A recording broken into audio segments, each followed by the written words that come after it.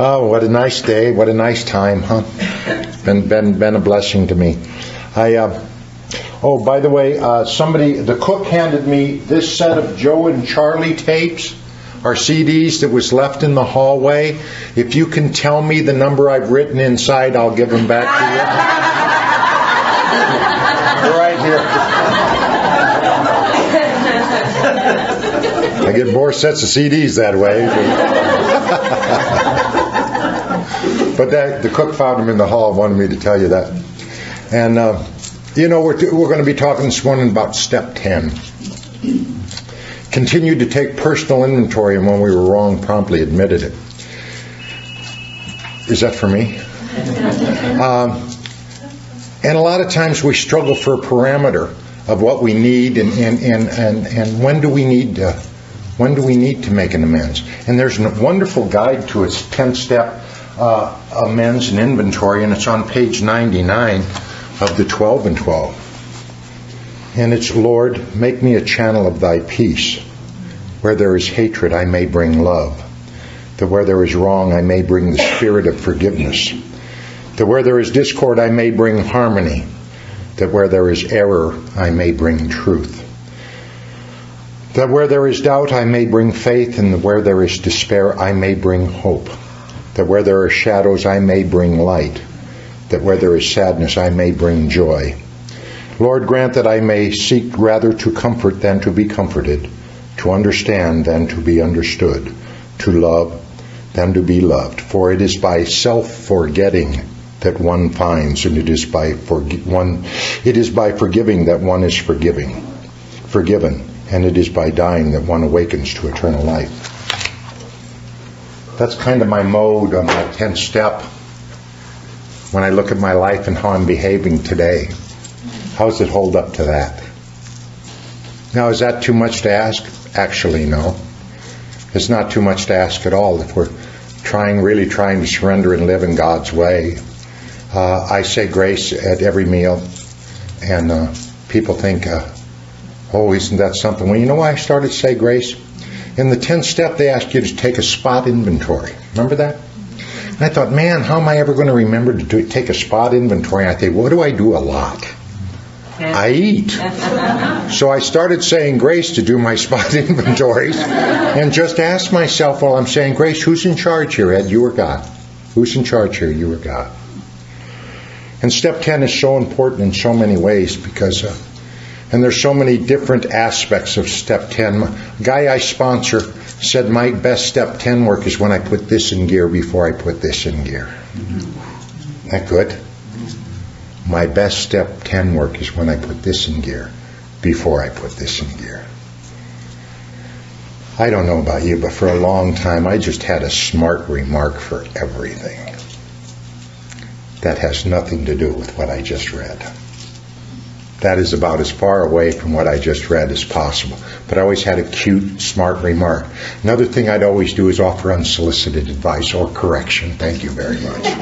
Why? Because you needed it. I don't do that anymore. Because I don't give advice unless it's asked for. Did I hunt any of you down and say, come see me so we can talk for 15 minutes? Those who wanted my input came. And that's just the way I like it. Now, how did I learn that? It's because for a long time I would go around giving unsolicited advice at any given moment. I'd hear somebody in a meeting, and maybe right in the meeting I'd say, you're wrong. Oh, I would.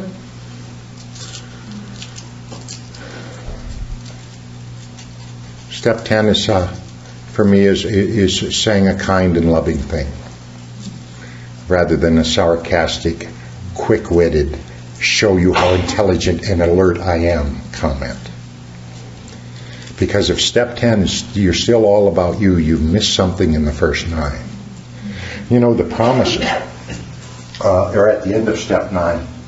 And they're read and they're read and they're read. And I wonder how often people understand that they're a promise. They're a promise to you. If you do what's here, this is what's promised.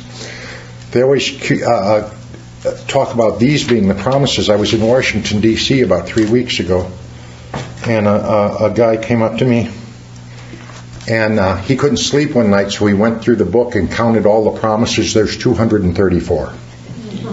And he listed them for me. But listen to the promises once again and see if maybe you got a taste of them this weekend. If we are painstaking about this phase of our development, we will be amazed before we are halfway through. We are going to know a new freedom and a new happiness. Oh, I see that in a lot of eyes. We are going to know a new freedom and a new happiness. We will not regret the past nor wish to shut the door on it. We will comprehend the word serenity, and we will know peace. No matter how far down the scale we have gone, we will see how our experience can benefit others. That feeling of uselessness and self-pity will disappear. We will lose interest in selfish things and gain interest in our fellows. Self-seeking will slip away. Our whole attitude and outlook upon life will change. Fear of people and economic insecurity will leave us. We will intuitively know how to handle situations which used to baffle us. Suddenly we realize that God is doing for us what we couldn't do for ourselves. Are these extravagant promises? We think not. They're being fulfilled among us, sometimes quickly, sometimes slowly. But listen to this last line. They will always materialize if we work for them. God, what a promise. What a promise. And that's why I do retreats like this. That's why I do 12-step retreats. Because in 1988, when I'd lost everything one more time and I read those promises, I had to tell you that they weren't true in my life. And I knew that the promises were true, so there had to be something wrong that I was doing. As I stand here today, I can tell you unequivocally that they are true in my life, as well as that St. Francis prayer the vast majority of time. And if that's the way you want to live, it's in your lap. It's in your lap. Step 10 needs to be worked at your work. It's not just with people in the fellowship who can hold you accountable. It's with those people who don't even know you're in the program. When you're wrong, promptly admit it. Promptly is the key word. It doesn't say when you feel like it, when you think they deserve it. It doesn't say any of that. It says promptly admit it. Promptly admit it. And I'll tell you what it is for me. When I promptly admit it, I don't carry it with me. And when I promptly admit it, it's gone. When I don't promptly admit it, it eats away at my very being. My soul. John Wesley, the founder of the Methodist Church, used to have a wonderful greeting, at least I love it. He would greet everyone with, "How is it with your soul?" Yeah, there you go. Let's talk real. How is it with your soul? God, I love that greeting.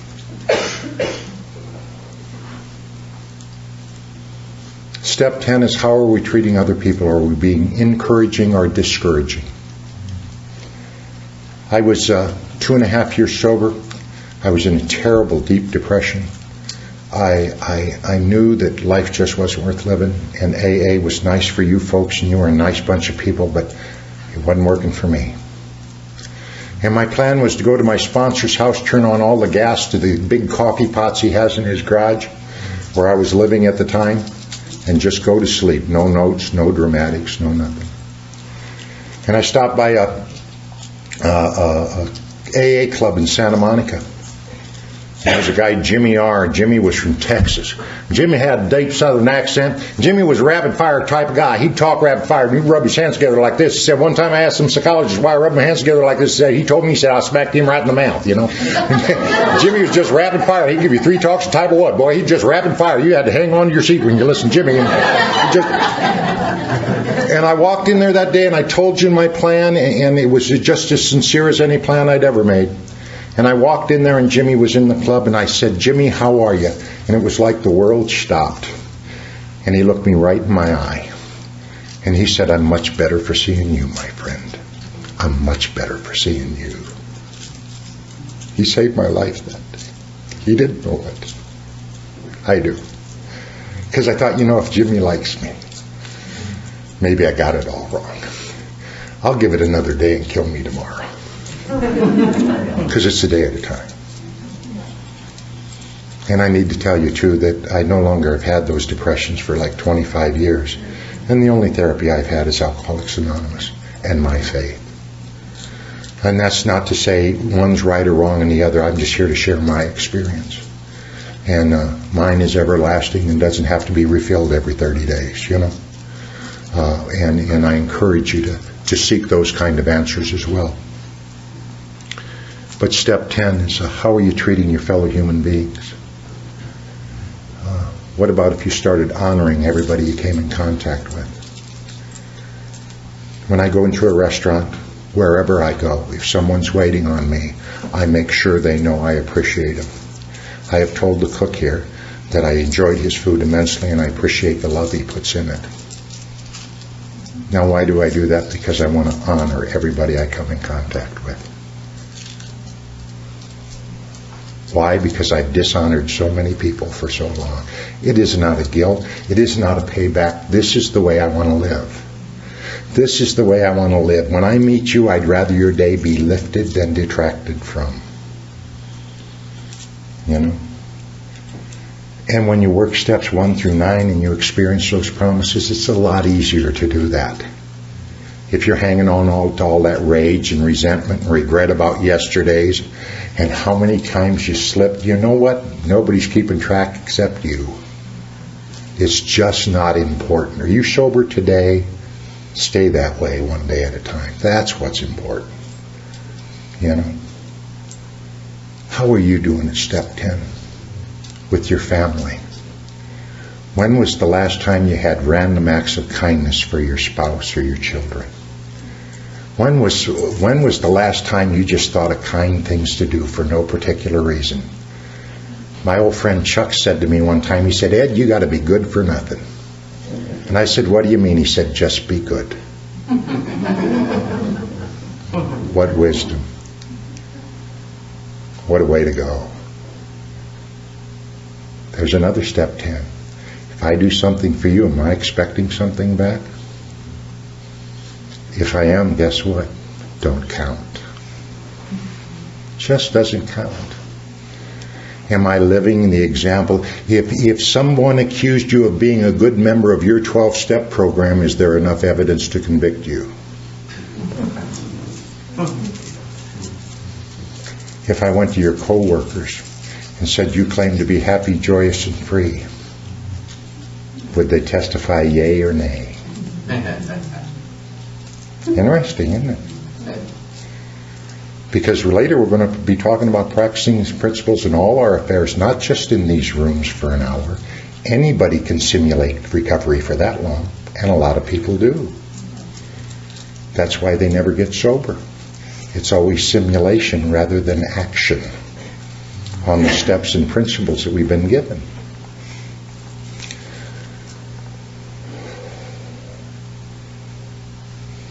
Step 10 also is the first place in the program where it says, start looking at your assets too. Did you know that? It's the first place it tells you start looking at your assets. You know why? If you've done these steps, your thinking has been cleared of wrong motives, and you got a better idea of who you've been than ever before. How many here were told when they were young, you have so much potential? Oh, you can do anything you want. I'm here to tell you something. They've always been right, and you've always been wrong. Step 10 is being correct about the gifts God gave me. I had a wonderful talk about humility yesterday. And a lot of people would say, Lynn Carroll, who founded Hazelton, you'll never see his name attached with it because he was just an AA guy. But he founded Hazelton and got it going, and then they booted him out. But he used to say something that just touched me. He said, a lot of people would say humility is, if you played the piano, if somebody come and ask you, would you play for us? They would think humility would be, I couldn't, He said, true humility is when you play the piano and someone asks you to play, you say, it would be my privilege.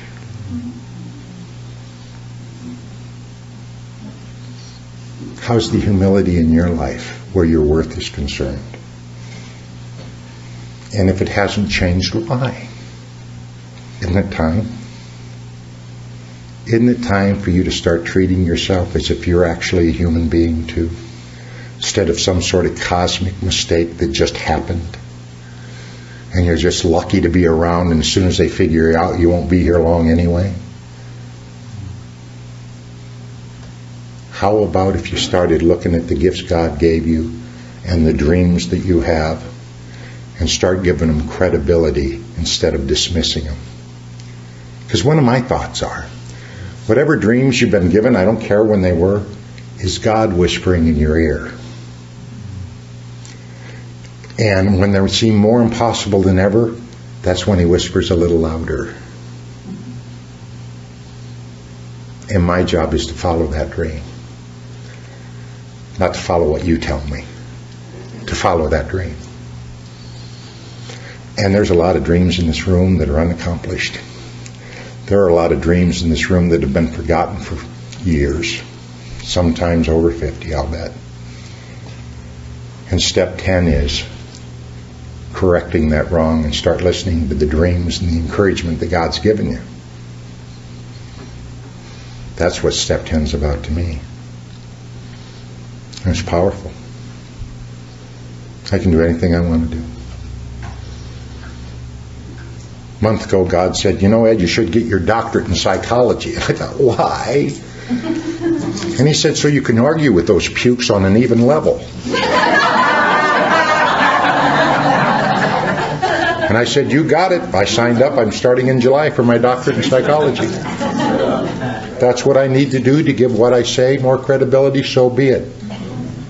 I'm tired of seeing people die right and left from the experts. Now, understand there are some good, wonderful people out there, but they are so far outnumbered by the ignorance of addiction that it's horrifying. It's horrifying. I have a friend she's 16 years sober. She went to a meeting the other day and there were 18 women and she was the only one not on medication. The only one. She was horrified. And she said, what do I do? And I said, people like you and I got to hang together because they'll die off and they'll go away eventually. And then we can regroom what Alcoholics Anonymous is about. Step 10. How well have you been carrying the message?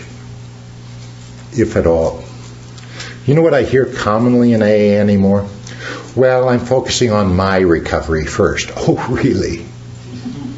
Thank God Bill and Bob didn't feel that way. They wouldn't have met on Mother's Day in 1935. Because what was Bill doing? Looking for somebody to help. When was the last time you looked for somebody to help? When was the last time you walked into a meeting and say, who can I help here? Who can I share this gift with? I'm reading a book upstairs about the equation between the Bible and the Big Book. And there's a statement in there in the early days, success rate of Alcoholics Anonymous was 70 to 96%. And that was for some years. It's probably 3 to 4 now. And you may think that's an exaggeration, but any of you been in treatment, think of the graduating class. How many are still sober? Do your own math. And I think there's several reasons for that. One, people are rushed into treatment long before they're ready. Then they're exposed to AA and they're not ready and they say, that's a load of crap, I don't need that, and then they never come back. How are you carrying the message that you've been given? I was talking with somebody last night and they said, I got to love myself before I can love somebody else. And I went, that's a load of crap. Oh, really? Is this popular because it's all about me first? Oh, good idea for addicted people. Oh, I like that. Thank you. Oh, yeah. My dreams come true. I fell in love with you long before I knew how to love me. In fact, loving you made it easier to love me. You showed me how. By the way you treated me. You know? How are you doing in the love area, showing people how to love themselves? Oh, not just in AA. That kid that's you're ready to pull out all your hair, you know? You can see what's happened to mine. How are you doing there? And most importantly about step 10, on the top of page 86 it tells you how to end every day. And people dismiss that, but it's one of the most important parts of this step, because what you do there is, the common term is, we have closure of the day. You look at that day, you ask for clarity, you see what you've done wrong, and they say, don't beat yourself up. That ain't going to help anybody. Ask God for forgiveness and what corrective measures you should take, and then go to bed. And then you know what you do? You file that day away. Don't bring it tomorrow. You miss the point if you bring it tomorrow. Because we live a day at a time. How many here are having a bad day because of what's happened today? Or let's go back to Friday. How many were having a bad day because of what happened Friday? I almost guarantee it was something that happened a week ago, a month ago, a year ago, 5 years ago. We just bring it on forward. You know, they talk about paying it forward with kindness. Well, we can pay it forward with worry too. We can really pay it forward with worry and regret and remorse and sadness and unforgiveness, spirit of unforgiveness. But on step 10, I mentioned it a little earlier, to start treating yourself as if you're an actual human being, as if you're one of God's kids too. And people say, how do I do that? And I say, treat yourself with the same understanding and love you would a good friend who's going through the same circumstances. How would you treat them? You'd probably be nurturing and kind and supportive and say, you know, I'll do anything you need me to do to help you through this. Yet when we make the same mistake, what do? Oh, how could you? Oh, you should know better. Oh, jeez. You're just disgusting. You're not any better at all. You're just... Better do a step 10 on that, because that's called child abuse. You're a child of God. You've got to stop abusing you. And it's up to you to stop it. It ain't going to stop by me telling you. It's going to stop by you doing it. Refusing to abuse yourself anymore, one day at a time. And learn how to treat yourself as if you actually like you. Treat yourself the way you would somebody you loved and respected. How to do a good step 10 too is when you're walking down the street and you want to say something, just ask yourself, would I be saying or doing the same thing if my sponsor was standing right here? Would I be saying or doing this if somebody I loved and respected was standing right here? You'd be amazed how many times you wouldn't come even close to doing what you're about to do. And that can be your guide for step 10. I told you I was manager of the Harlem Globetrotters, and Meadowlark Lemon, who many of you remember, I'm sure, he was the clown prince of basketball for a number of years, and he's just an amazing man, and he is one of my dear, dear friends. Well, that's an appropriate story for step 10. I don't share this often because it's usually nobody's business. When I was with the Globetrotters, I had gotten married and things weren't going the best. And the president of the Globetrotters said, Ed, we're going to run Meadowlark Lemon out of the Harlem Globetrotters. We want the team to be a star rather than an individual. And he said, if you help us do this, you'll have a job for life. And I said, okay. And I quit giving my friend his suite that he had had for 27 years. Quit giving him any extra preferential treatment. The last day on the bus in France, he tore off his jersey and threw it at me and said, I'll never put that uniform on again. And it broke my heart. And he left. And you know, on that summer break, my spirit was broken. I couldn't figure out why. I went back to work and I really didn't care much for it. And that woman that I was engaged to, and I said, you know, I really don't think we should get married, tried to commit suicide. in the Atlanta Times, run an article about the managers of the Harlem Globetrotters' wife attempting suicide in a local hotel. So I was dismissed. And I went home and I ached for months. I walked the floor all night. And for a long time I was thinking, the best job I ever had, and I blew it. Somehow I just blew it. I lost priority. I lost everything. I just blew it somehow. And then one night about 3 o'clock in the morning, I realized what was bothering me. And I called Meadowlark at 3 o'clock in the morning and I said, I have no defense for what I did. I betrayed our friendship. And I have no defense. I just hope that someday you can forgive me. And he said, yeah, click.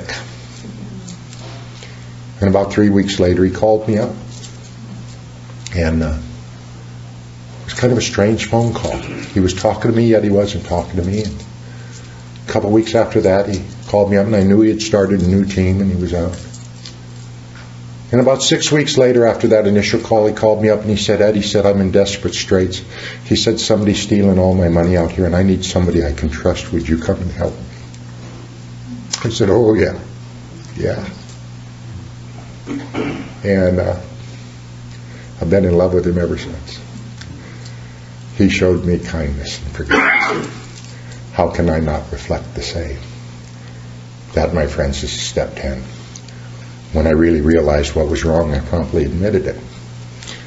But I was telling you that to tell you this. I was talking to Meadowlark one time, and he's a pastor. He's been a minister now for 20 years. And I said, Meadowlark, I try to live my life as if God's looking over my shoulder every minute. And he said, what do you mean if, Ed? Interesting, isn't it? And I said, oh, yeah.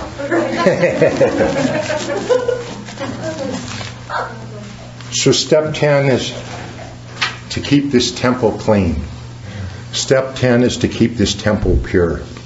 Step 10 is the maintenance of my spiritual condition. Because you know what happens if you don't keep the temple clean? It gets cluttered slowly but surely. And before you know it, you've shut yourself off from the sunlight of the Spirit. And it gets dark again. You keep it clean, anybody's welcome into your home at any time. You are not embarrassed if somebody just knocks on your door and asks for some help. It's a powerful, powerful step that is often, in my estimation, overlooked and certainly under-practiced. Because in my experience, it's been life-changing, as all the other steps have. And I would suggest to you this, and just don't reject it out of hand, it's just a thought, that if each of them haven't been life-changing yet, you need to do them again. Because this isn't an intellectual exercise. It's a spiritual way of life. In the big book, several times it says, specifically, self-knowledge is not the answer.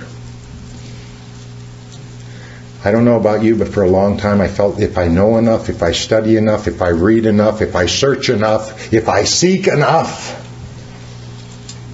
there's never enough. But there's always God, which is more than enough. And step 10 does something for me I never thought I'd feel. I am enough today. I don't want for anything, really. I am enough. I don't want to be anybody else who I am. Oh, there's some wrinkles I want to iron out with God's help one day at a time. But I like hanging out with me. My little house is out in the country 3 miles from anybody. And they say, don't it get lonely out there? And I go, nope. Me and God hang out and giggle. We do. I've got a picture of Christ right above my chair in my living room. And I spend a lot of time sitting there and praying when I get a few minutes. Notice we're moving into step 11. And I love that picture because some of you may have heard Smitty, Dr. Bob's son, who was a member of Al-Anon in good standing, a wonderful guy, and a dear, dear friend of mine. He always used to tell me, Ed, your tape's the only tape I ever bought. And it was true. It was funny. We just hit it off.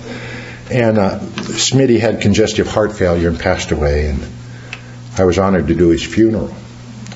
And I went down to do his funeral in Memphis, and afterwards his family came to me and said, "We'd like you to have this, Ed." And I opened it up, and it was a picture of Christ. And he said this was Grandpa's, Dr. Bob's, favorite picture of Christ that hung over the mantel in his living room at his home in Akron. And Bill and Bob and Ann would always stand and pray before this picture. And God, I was moved. I couldn't believe it, and I thanked them so much.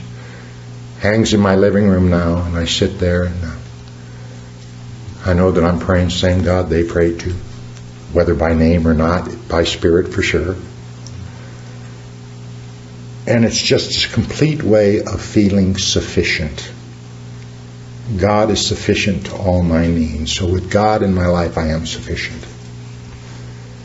And step 11, if you're not spending time in prayer and meditation, you simply don't want to get better spiritually. I'm sorry. I don't mean to be rude. But you have no interest in improving spiritually. You're still on the intellectual drive. Oh, I'll figure it out and I'll get this knowledge. And that's fine for some people. They can stay sober a long time that way.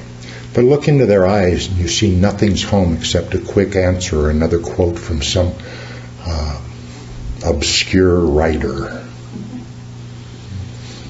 And they're entertaining for themselves, but that's okay. I don't want to do that. I have to work each day to ask God to come into my life and, more importantly, remind me how to put my will in His hands. Pages 86, 87, 88, which were read at the meditation yesterday morning, is fascinating. How many read that? Okay.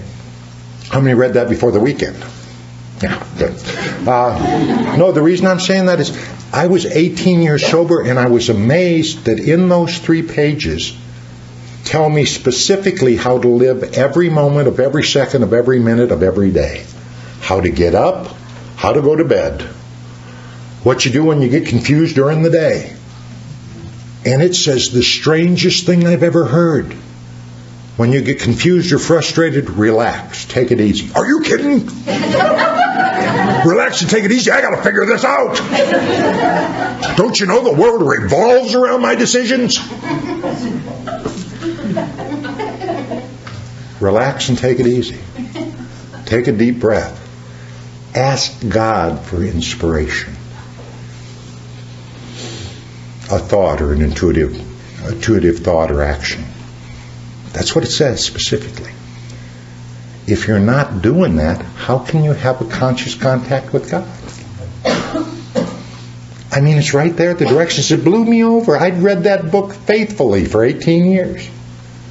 And all of a sudden I'm going, how's it work? How's it work? How's it work? Duh. Right here, 2.5 pages. Been in that book ever since I got it. And managed to miss it every single time. My old friend Chuck used to say, you can't see till you can see, and you can't hear till you can hear. And boy, I could see and hear that day. I could see and hear that day.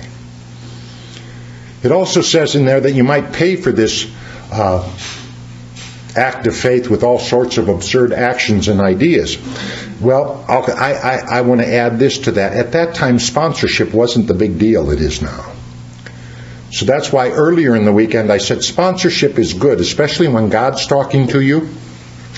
Use them kind of as a filter. They can take away the self-obsessed interest out of there and purify what's going on most of the time.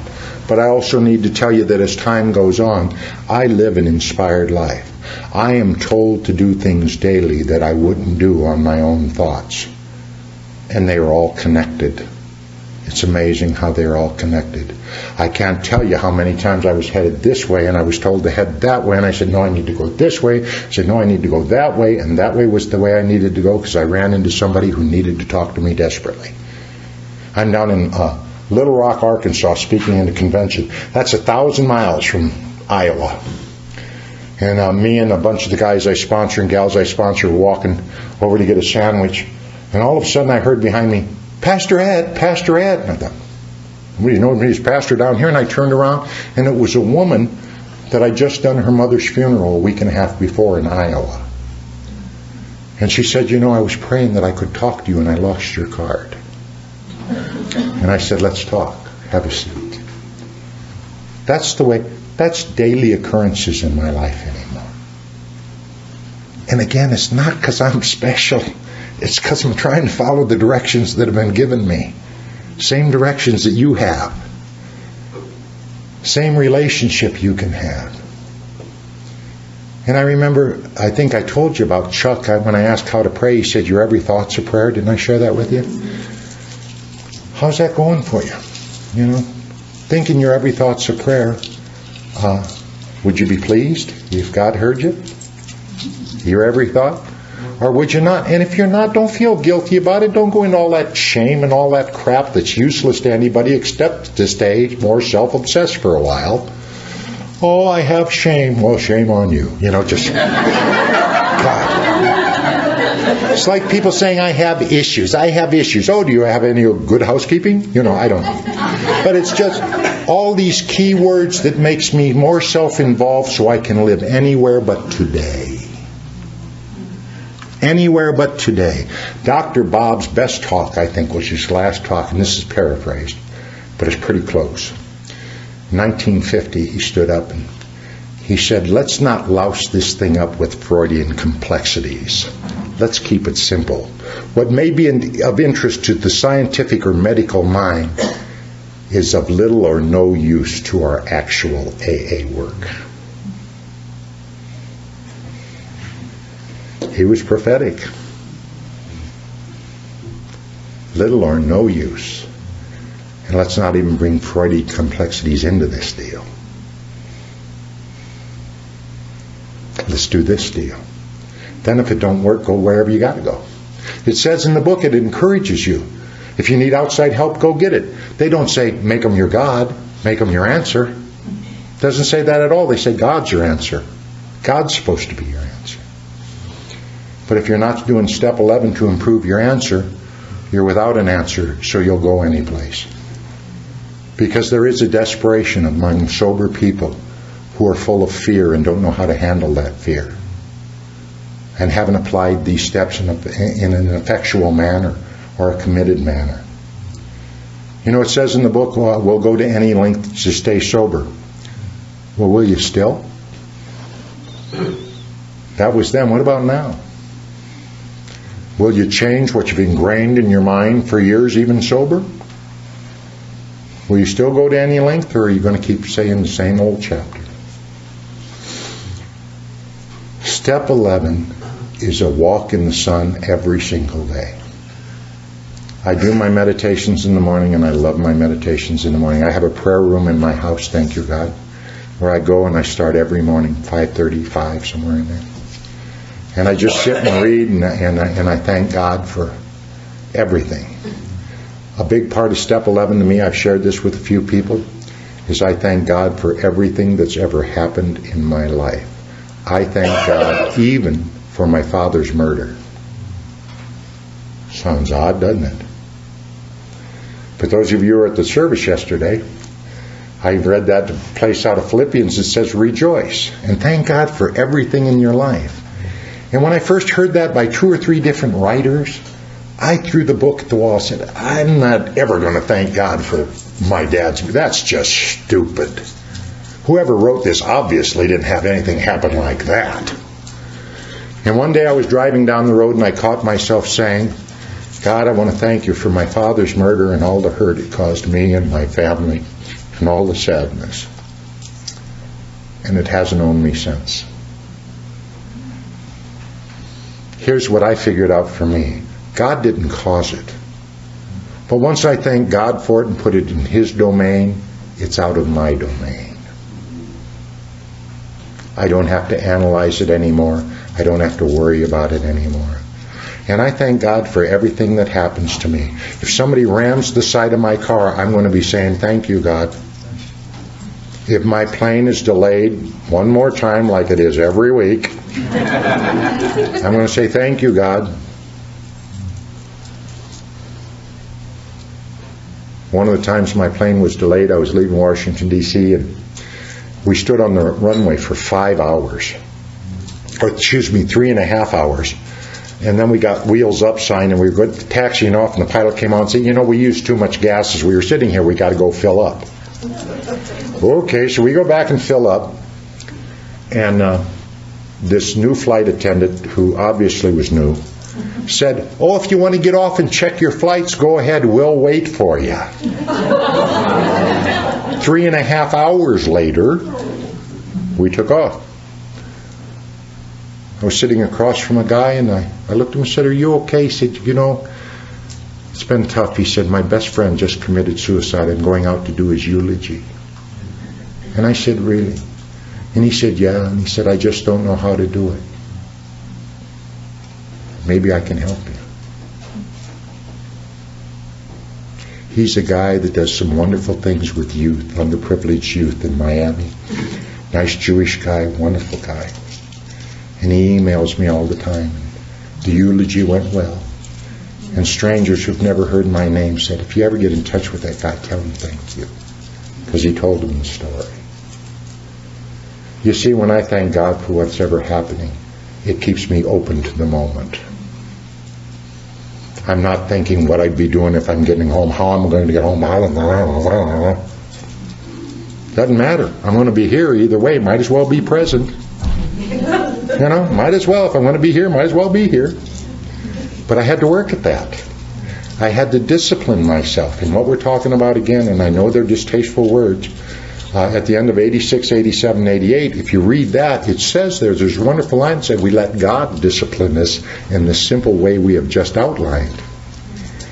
And that really works well. But I need to discipline myself to do that meditation. Reinhold Niebuhr, whom many attribute the Serenity Prayer to, meditated for an hour every morning, no less than an hour. He's going to Chicago and he's talking to his traveling secretary, and he says, tomorrow looks like a 22-hour day maybe. And his assistant said, yeah. He said, I better meditate for 2 hours. What would you and I have done? See your meditation.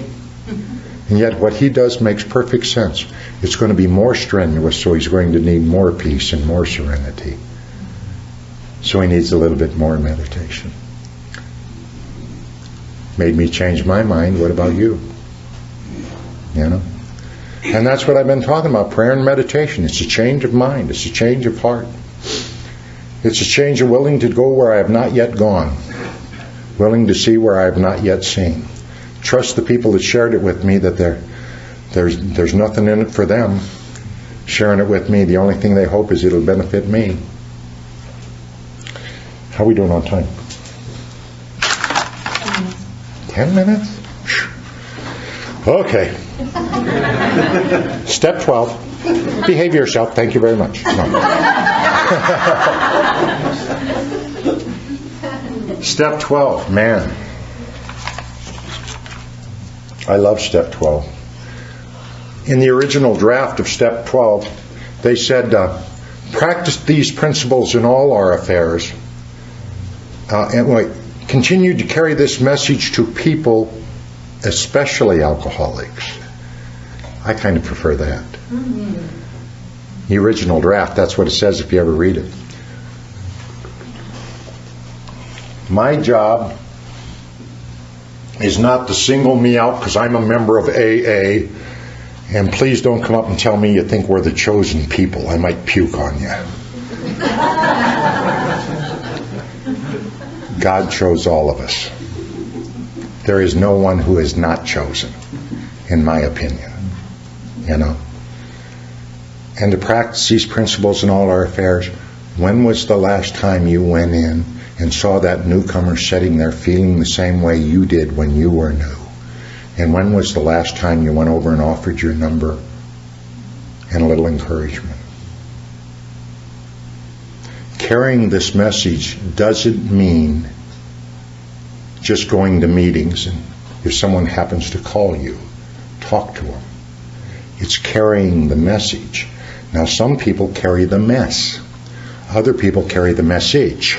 I would carry the message, and what the message is contained in the big book of Alcoholics Anonymous and the 12 and 12. That's the message of Alcoholics Anonymous. Whether you like it or not, doesn't matter. That's the message. How are you carrying the message of Alcoholics Anonymous? Who are you helping? I hear people say, oh, I'm too busy to help somebody. Then get the hell out of here. Stop taking up a seat, you selfish bastard. It ain't about you. It's about them. Our brothers and sisters that are out there dying, and we've been given a gift, and we're a little too busy to even share it. A little too self-absorbed for me. I don't have time for people that don't have time to take a newcomer to a meeting. I'm just not interested in spending much time with you. Because you ain't interested in carrying the message. You're interested in sucking it up. And delivering a mess usually at the end. We were talking the other day. Treatment centers throughout North America are being closed down right and left. Barry and I were talking. And I said, you know, it's terrifying because nobody knows what a 12-step call is. People think a 12-step call is verification of insurance and dropping them off at the treatment center. A 12-step call is going into their house with another human being, sitting there in some of the most chaotic circumstances you'll ever find, and carrying them a message of your story and your hope, and asking them to come with you and experience it. You will be swung at, you will be spit at, you will be called names, but you carry the message of Alcoholics Anonymous. How many in here have ever done that? And that's my point. Nobody knows how to do a 12-step call anymore. They think a 12-step call is making coffee. No, that's making coffee. They think it's mopping the floor. No, that's mopping the floor. 12-step call is carrying this message to the alcoholics who still suffer. Now, granted, a lot of them are right here in the rooms. That's why I do what I do. But I'm blessed. I still get at least 1, 2 12-step calls a month. I've got several people I sponsor, sober some time now, never seen the inside of a treatment center. And they come to me sometimes and say, what are they talking about? And I say, you don't need to know. Let them talk. Keep doing what you're doing. Are you happy? Yeah. You feeling good? Yeah. Just do what you do. And when they start coming to you and asking for advice, share it with them. Share it with them, because he at 4 years sober is doing better than most people in there with 15 years sober, still working on their processes and their issues. It's not their fault. That's what they were taught. It just doesn't happen to be Alcoholics Anonymous. It's nobody's fault. It was a mistake at best. But what we got to do is we got to carry this message. Not something we've contrived up. Not something a treatment center could justify charging you for because they know they can't charge you for AA. And the treatment centers have done wonderful things, especially in their first 20 years. My God, they were helping people right and left, but they're grabbing at straws anymore. And we need to help them.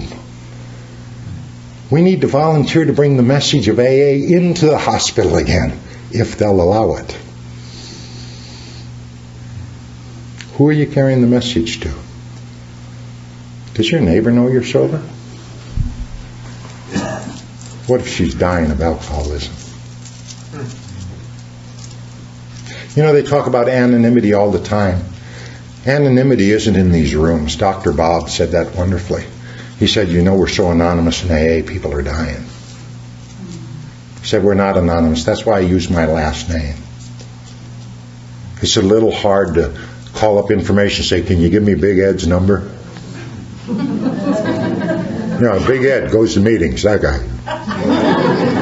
Usually won't get my number. However, I get mail to Big Ed, to Reverend Ed, Reverend Ed M, something like that.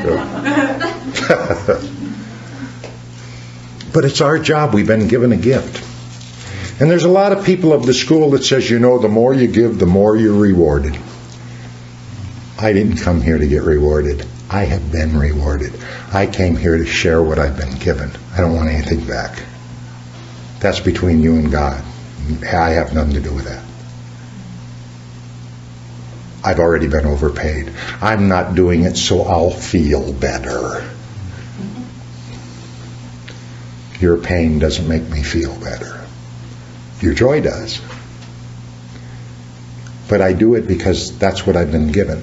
I've been given the program of Alcoholics Anonymous, and I get to go all over the world and share a message of hope, of peace, of love and forgiveness and restoration. Or in my case, having a life for the first time in my life. A life that's had some tough bumps in it. You know, the greatest part about this program is when somebody's just getting their butt kicked and they stay in these rooms anyway. You know what that means? This program works, even when you're getting your butt kicked. I remember I was 20 years sober, I guess. 18 years sober when I met this girl, and we went together for 5 years and we got engaged. Before we got engaged, I said, you know, I need you to do something. I need you just to take 30 days, stay away from me, I'll stay away from you, and you figure out any reason there is that you would have to divorce me or leave me. And if there's any one reason, I'll just leave you alone. But if there isn't, I'd love you to marry me. And I want you just to take your time for 30 days. I didn't say a word. End of 30 days, she called me and she said, Ed, you know, you're just an amazing man. There's just nothing I can think of that would ever make me not want to marry you. So we got engaged, and I found the thing that she didn't think of. I got a bill from the IRS for $52,000. And I could see it in her eyes immediately. And we ended that relationship. And for about the next 3 to 4 years, there wasn't a day when I didn't sob, sometimes on my knees uncontrollably. But I knew it wasn't about the steps didn't work. I knew it was about I put all my love in the wrong spot. I didn't keep any for God or any for me. And she's a terrific lady, and you know what? I still absolutely love her, but I have no expectations of it anymore. You know? And I'd go to meetings and people say, well, God, for crying out loud, you're 23 years sober now. Shouldn't you be behaving a little better? And you know what? Maybe they had a point, but the way I saw it was, I haven't drank today. I haven't blown my brains out. And I'm continuing to do what I'm supposed to be doing in spite of my broken heart. That proves to me that Alcoholics Anonymous works even when it's so painful you can't see. Because drinking and using is not an option for me anymore. Suicide and depression are no longer options for me. I've removed them off the table.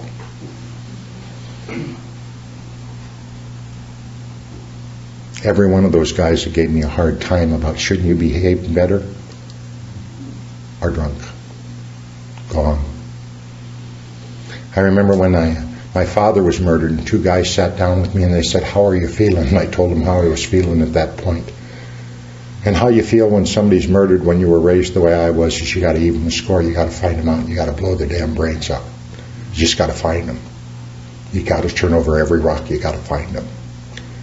And I told them that, and they got up and walked away and said, I thought you had a good program. Left. What they didn't understand is I had an excellent program because I was telling them. And I didn't confide in anybody in AA for a while until I found my sponsor after that, because I thought, man, if I can't talk about how I'm really feeling here, where can I go? And this is the best place I've ever been. So I believe they carried the mess rather than the message. And the 12 steps are for everybody. You know there's over 236 different registered 12-step groups now? 236. When we say it'll work for everybody, I think that pretty much covers it, doesn't it? 236. I had a member of my congregation. I got a call one morning, and my friend had gotten some bad news. They said, can you come over? And I said, sure. And I walked in, and I saw my friend Tammy there, and I knew that look. She's ready to blow her braids out. And I said, oh, honey, what's going on? She said, I've embezzled a lot of money. and they've just caught me. And I can't go through this. And I said, let's go for a walk. We walked around the block, and I put my arm around her shoulder, and I said, I need to tell you that I just love and adore you. And that no matter what happens, I'm going to be here. And I believe in you. By the end of the day, she'd given up on the idea of suicide. Took her through the 12 steps. She went and pled guilty, made restitution. Now she does seminars for people who have problems with stealing. She has her own little business that's a baby business that's booming. And her husband and her children are all doing well because of the message of Alcoholics Anonymous.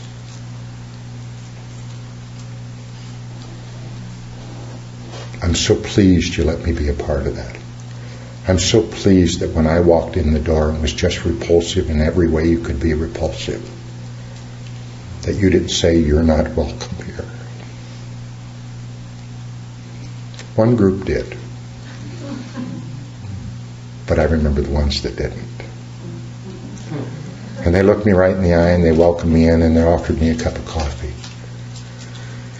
And I was telling them, if you ever go to Founders Day, and I hope you go in Akron sometime, it's just, I didn't go for a number of years, and I wish, I'll go every chance I get, every time I'm not speaking, I hope to go again, because it was a wonderful experience. There was like 11,700 people there. And it's a big deal in the city of Akron. It's on the June 10th weekend, closest to that. And the city bus drivers, if they see your badge, they'll go, welcome home. Welcome home. So this weekend, if you've been having a tough journey, if your heart's been broken, if you've had some sadness, or if you've just been lost, I say to you, welcome home. Welcome home to the 12 steps that will change your life in any way you want it changed. Welcome home to the chance you always wanted to start fresh and new. Welcome home to the finest person you've ever met, which, believe it or not, will be you if you do what we ask. Thank you very much.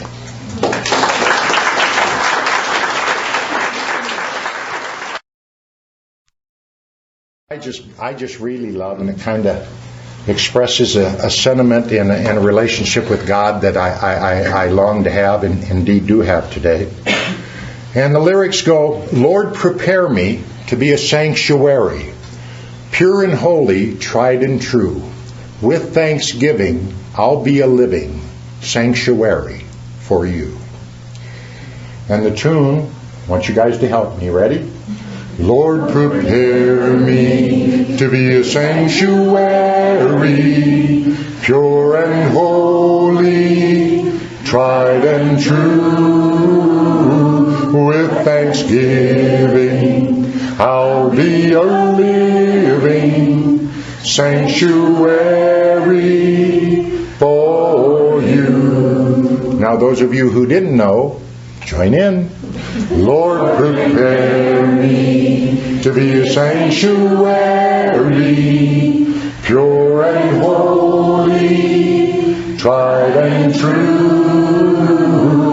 With thanksgiving, I'll be a living sanctuary for you. Now this time, I only want the people to sing who want it to be their song. Lord, prepare me to be a sanctuary, pure and holy, tried and true. With thanksgiving, I'll be a living sanctuary for you. Let's give God a hand.